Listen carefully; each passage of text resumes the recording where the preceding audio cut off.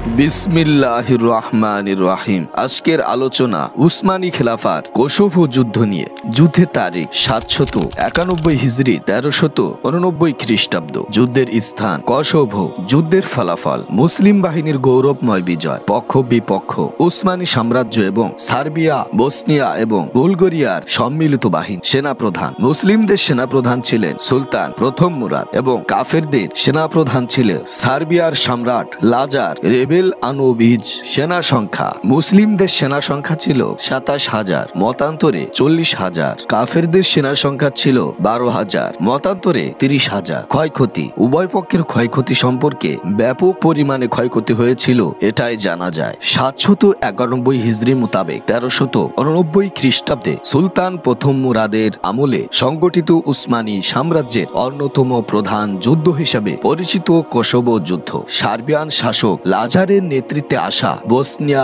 Serbia এবং বুলগেরিয়ার crusade জোট শক্তির বিরুদ্ধে উসমানীয়দের গুরুত্বপূর্ণ এ যুদ্ধে উভয় পক্ষের প্রচুর পরিমাণে ক্ষয়ক্ষতি সাধিত হয়। সিংহাসনে বসে উসমানী সাম্রাজ্যের তৃতীয় সম্রাট সুলতান প্রথম মুরাদ তাকে চিন্তিত দেখে এগিয়ে এলেন তার রাজ্যের প্রধান উজির। শোনা যায় এই উজির মহোদয়ের সাথে সবসময় একটি কোরআন শরীফ দেখা যেত। কর্মে ও গুণে সুলতানের খুব কাছের মানুষ হওয়ায় সুলতান তাকে দুশ্চিন্তার কথাগুলো বললেন। ততদিনে বুলগেরিয়ার অধিকাংশ শহর উসমানীয়দের পদানত হয়ে গেছে। অবশিষ্ট রাজ্যগুলো বাঁচানোর তাগিদে মৈত্রী গড়েছে সার্বিয়া ও বসনিয়ার ক্রুসেডদের সাথে। পরপর দুটি যুদ্ধে সুলতানের সেনারা এদের জোট বাহিনীর কাছে পরাজিত হয়ে ফিরেছে। নিহত সেনাপতিদের শিরস্ত্রাণে ঢুকিয়ে পত্র পাঠিয়েছে তারা। আর ওই পত্রের মধ্যে লিখেছে, ইউরোপের ভূমি থেকে উসমানী সর্বশেষ সেনাকে ধ্বংস না করে আমরা থামব না। অভিজ্ঞ সেনাপতিদের হারিয়ে সুলতান তখন দুঃখ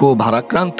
এদিকে যে কোনো মূল্যে এই ক্রুসেড জোটকে দমাতে না পারলে ইউরোপে উসমানীয়দের ভবিষ্যৎ নিয়েও তিনি শঙ্কিত। কোসোভোর যুদ্ধ নিয়ে আলাপ করতে গেলে আমাদেরকে যুদ্ধের বেশ কয়েক বছর পেছনের ঘটনাগুলো বুঝতে হবে। 1331 থেকে 1355 খ্রিস্টাব্দ পর্যন্ত সার্বিয়ার রাজা ছিলেন চতুর্থ স্টিফেন উরুস দুশান। তার মৃত্যুর পর সিংহাসনে আসেন তারই ছেলে পঞ্চম স্টিফেন উরুস। কিন্তু বাবা আর ছেলের মাঝে ছিল আকাশ পাতাল পার্থক্য। চতুর্থ স্টিফেন যেখানে রাজ্য পরিচালনায় অসাধারণ নৈপুণ্য দেখিয়েছিলেন, তার ছেলে পঞ্চম স্টিফেন সেই জায়গায় ছিলেন একেবারেই ব্যর্থ। 1355 থেকে 1371 সাল পর্যন্ত তার শাসনামলে কেন্দ্রের ক্ষমতা বিপুল পরিমাণে হ্রাস পায় এবং অনেকগুলো ক্ষুদ্র ক্ষুদ্র স্বাধীন রাজ্যের জন্ম হয়। 1371 সালে নিঃসন্তান অবস্থায় মারা যান পঞ্চম স্টিফেন। একই বছরে মারিতোসার যুদ্ধে উসমানীয় বাহিনী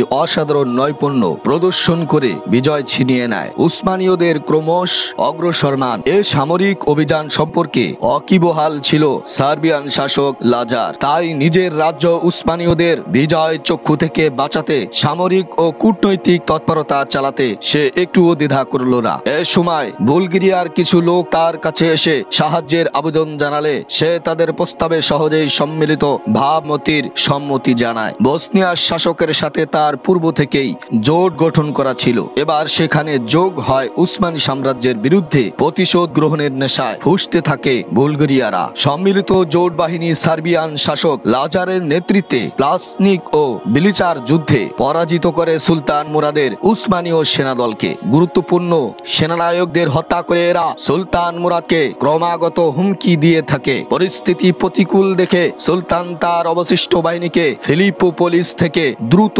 ইহতিমানে সরিয়ে নেন। প্রধান উজিরের দিকে তাকালেন, বললেন, আমি বুঝতে পারছি না এ মুহূর্তে আমার কি করা উচিত। যুদ্ধের জন্য আমার হাতের মুঠি পুড়ে আসছে। আমার সেনাপতিদের মৃত্যু আমাকে কাঁপিয়ে ফিরছে।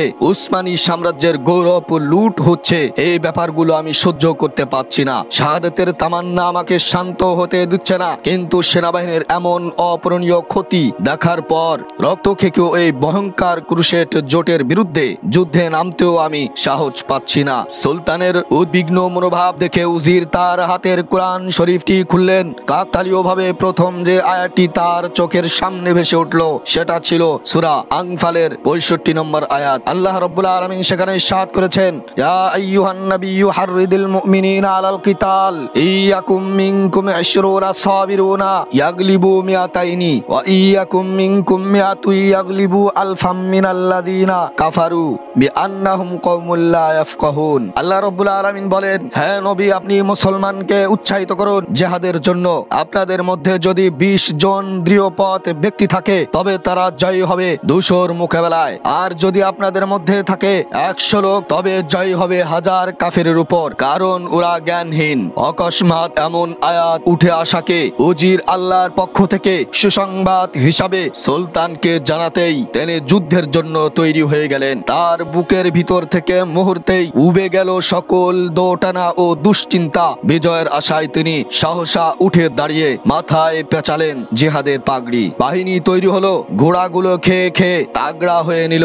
সুলতান এবার খোদার দুয়ারে হাত পাতলেন। তিনি জানতেন এ জিহাদ, এ বিজয় কেবলই রবের জন্যই। কেবল তিনি চাইলেই মুজাহিদরা জয় বেশে ফিরতে পারবে, আবার তিনি চাইলে তারা শাহাদাতে ধন্য হবে। তাই তিনি তার কাছেই চাইলেন, সেনাদের জন্য বিজয় চাইলেন, নিজের জন্য শাহাদাত কামনা করলেন। কান্না জড়িত কণ্ঠে তিনি বললেন, হে প্রভু, হে দোয়া কবুলের মালিক, আমাকে আপনি লাঞ্ছিত করবেন না। এবারের জন্য আপনার এই ফকির বান্দার দোয়া কবুল করুন। হে খুদা, আসমান থেকে রহমতের বাড়ি বর্ষণ, সমস্ত কালো মেঘ সরিয়ে দিন, যেন আমরা শত্রুদের দেখতে পারি। আমরা আপনার পাপী বান্দা ছাড়া আর কিছুই নয়। আপনি দাতা, আর আমরা সকলেই আপনার কল্যাণের ভিখারি। আপনি জানেন হে পরওয়ারদিগার, আমাদের ভিতর পার্থিব কোনো স্বার্থ নেই। আমরা গনিমতের লোভেরও ময়দানে যাচ্ছি না, আমরা কেবল আপনার সন্তুষ্টি তালাশ করছি।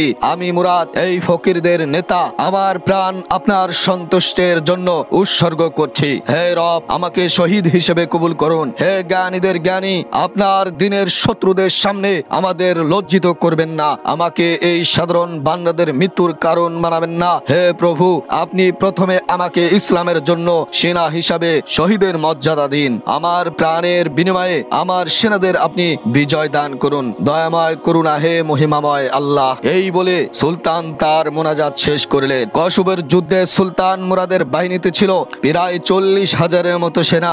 এদের মধ্যে 2,000 জন ছিল জেনিসারি, 2500 অশ্বারোহী এবং 6,000 সিপাহী ছিল। 20,000 আজাব হালকা অস্ত্রে সজ্জিত অনিয়মিত পদাতিক বাহিনী ও আকিঞ্চি অনিয়মিত হালকা অস্ত্র সজ্জিত অশ্বারোহী বাহিনী। অবশিষ্ট প্রায় 8,000 সেনা এসেছিল অধীনস্থ নামন্তর রাজ্যগুলো থেকে। 3 ভাগে বিভক্ত এ বাহিনীর নেতৃত্ব দিচ্ছিলেন সুলতান মুরাদ এবং তার 2 ছেলে বাইজিদ ও ইয়াকুব সেলিবি। প্রতিপক্ষের জোট বাহিনীর নেতৃত্বে ছিল সার্বিয়ান শাসক লাজার, সেনাপতি ভাগ ব্রাঙ্কোভিচ ব্লাতকো ভুকোভিচ। এই বাহিনীতে ছিল প্রায় 26,000-এর মতো সেনা। এদের মাঝে 12,000 ছিল লাজারের নেতৃত্বাধীন, যাদের 10,000 ছিল পদাতিক ও 2,000 অশ্বারোহী। অপরদিকে ভাগ ব্রাঙ্কোভিচ ও ব্লাতকো প্রত্যেকেই প্রায় 7,000 জন সেনা নিয়ে এসেছিল। এদের ভিতরে 5,000 ছিল পদাতিক এবং 2,000 অশ্বারোহী। এছাড়া ক্রোশিয়ান নাইট জন অফ পালিস্তার নেতৃত্বে কয়েক হাজার নাইটও সেই মিত্রপক্ষে যোগ দিয়েছিল। ইতিহাস ঘেটে এটাই জানা যায়। 3 ভাগে বিভক্ত মুরাদের বাহিনীর মাঝখানে ছিলেন মুরাদ নিজেই। তার ডান ও বামের বাহিনীর দায়িত্ব ছিলেন যথাক্রমে বাইজিদ ও ইয়াকুব সেলিবি। বাইজিদ ও ইয়াকুবের বাহিনীতে শুরুতেই ছিল 1,000 জন করে তীরন্দাজ, এদের পরে ছিল 8,000 জন করে পদাতিক সেনা, আর সবার শেষে ছিল 3,000 করে অশ্বারোহী সেনার অবস্থান। মাঝখানে থাকা মুরাদের বাহিনীর শুরুতেই ছিল জেনেসারির দল। এদের পিছনেই অশ্বারোহী দলের সাথে ছিলেন সুলতান মুরাদ নিজে। সার্বিয়ান বাহিনীও 3 ভাগে ভাগ করা হয়েছিল। মাঝখানের অংশের নেতৃত্বে দিচ্ছিলেন লাজার, তার ডান ও বামে ছিলেন যথাক্রমে ভাগ ও ভ্লাতকো। তাদের সৈন্য সমাবেশ ছিল উসমানীয়দের উল্টো। সম্মুখ ভাগে ছিল ভারী অস্ত্রে সজ্জিত বাহিনী। অশ্বারোহী তীরন্দাজ বাহিনীর অবস্থান ছিল 2 পাশে, আর পেছনে অবস্থান নিয়েছিল পদাতিক বাহিনী। যুদ্ধ শুরুটা করেছিলেন লাজার। ভারী অস্ত্রে সজ্জিত বাহিনীকে তিনি সামনের দিকে এগিয়ে নির্দেশ দেন। সাথে সাথে ঘোড়ার পিঠে চড়ে ধুলোর ঝড় তুলে এগিয়ে যেতে থাকে হাজার হাজার যোদ্ধা। উসমানীয় সেনারাও সাথে সাথে নিজেদের প্রস্তুত করে নেয়। সামনের দিকে থাকা প্রায় 2,000 তীরন্দাজের হাতে থেকে যেন তীরের বৃষ্টি বর্ষণ শুরু হয়ে যায়। তীরের আঘাতে সার্বিয়ানদের ক্ষতি হলেও তারা পিছু না হটে সামনে এগোতে থাকে। সার্বিয়ান উসমানীয় বাহিনীর মধ্যকার দ্রুত যখন মাত্র 1,000 গজের কাছাকাছি ছিল, তখন হঠাৎ করে বিন্যাস পরিবর্তন করে ফেলে সার্বিয়ানরা। ইংরেজিতে ভি অক্ষরের মতো তাদের বিন্যাস করে নিয়েছিল, আর এরপরই উসমানীয়দের উপর শক্ত আক্রমণ করে বসে। ভাগ ব্রাঙ্কোভিচের বাহিনী নিয়ে আঘাত আঘাত হানে ইয়াকুব সেলবির বাহিনীর উপর। শুরুতে ভারী অস্ত্র সজ্জিত আশ্বরী বাহিনীর সামনে দাঁড়াতে পারেনি হালকা অস্ত্রবাহী সেলবির বাহিনীর। এরপর লাজার ব্রাঙ্কোভিজের আশ্বরী বাহিনীকে নির্দেশ দেন উসমানীয়দের মধ্যভাগে আঘাত হানতে, কারণ সেখানে রয়েছে সুলতান মুরাদ। তার নির্দেশে আশ্বরী সেনারা নিজেদের দিক পরিবর্তন করতে শুরু করে। ঠিক এমন সময় ইয়াকুব সেলবি নিজের খেল দেখিয়ে দিলেন। প্রতিপক্ষের এমন অবস্থায় নিজের আশ্বরী বাহিনী নিয়ে ঝড়ের বেগে তাদের উপর চড়াও হন। এমন প্রতি আক্রমণের জন্য একেবারে প্রস্তুত ছিল না ব্রাঙ্কোভিজের বাহিনী। অন্যদিকে ভারী অস্ত্র শস্ত্র তাদের চলাফেরাতো সমস্যা করছিল, ফলস্বরূপ মারাত্মক ক্ষতির শিকার হতে হয় তাদের। শুরুতে সার্বিয়ানদের আক্রমণের তীব্রতায় সুলতানের নেতৃত্বাধীন বাহিনীও পিছু হটতে বাধ্য হয়। ডান পাশে থাকা বাইজিদের বাহিনী অবশ্য ব্লাতকো ভোকোভিজের বাহিনীকে ঠেকিয়ে রাখতে সক্ষম হয়েছিল। এরপরই সুলতানের নির্দেশে সামনের দিকে এগিয়ে যাওয়া শুরু করে বাইজিদের বাহিনী। ততক্ষণও বাম দিকে ইয়াকুব সেলবির বাহিনী সার্বিয়ানদের বেশ ক্ষতি সাধন করেছিল। এদিকে এবার বাইজিদের বাহিনীও ভোকোভিজের বাহিনীকে চেপে ধরল। উসমানীয়দের আক্রমণের মুখে টিকে থাকতে না পেরে ভোকোভিজ তখন ক্ষতি পোষাতে মধ্যভাগে থাকা সার্বিয়ান বাহিনীর সাথে যোগ দিলেন। নিজের বাহিনীর এমন অবস্থা দেখে প্রতিশোধ স্পৃহা দাউ দাউ করে জ্বলে উঠল লাজারের মনে। তাই অবশিষ্ট বাহিনী নিয়েই মরণপণ যুদ্ধে ঝাঁপিয়ে পড়লেন মুরাদের বাহিনীর সাথে। এমন বেপরোয়া আক্রমণে উসমানীয় বাহিনীও বেশ ক্ষতির সম্মুখীন হয়। আক্রমণ চলাকালে আহত হয়ে ঘোড়া থেকে পড়ে যান লাজার। উসমানীয় সেনারা সাথে সাথেই তাকে বন্দী করে সুলতানের সামনে নিয়ে আসে। মুহূর্তের মাঝেই তার কল্লা থেকে মাথা আলাদা করা হয়। সার্বিয়ান বাহিনীর ডান প্রান্তে থাকা ব্রাঙ্কোভিজ লাজারকে বন্দী হতে দেখেছিলেন।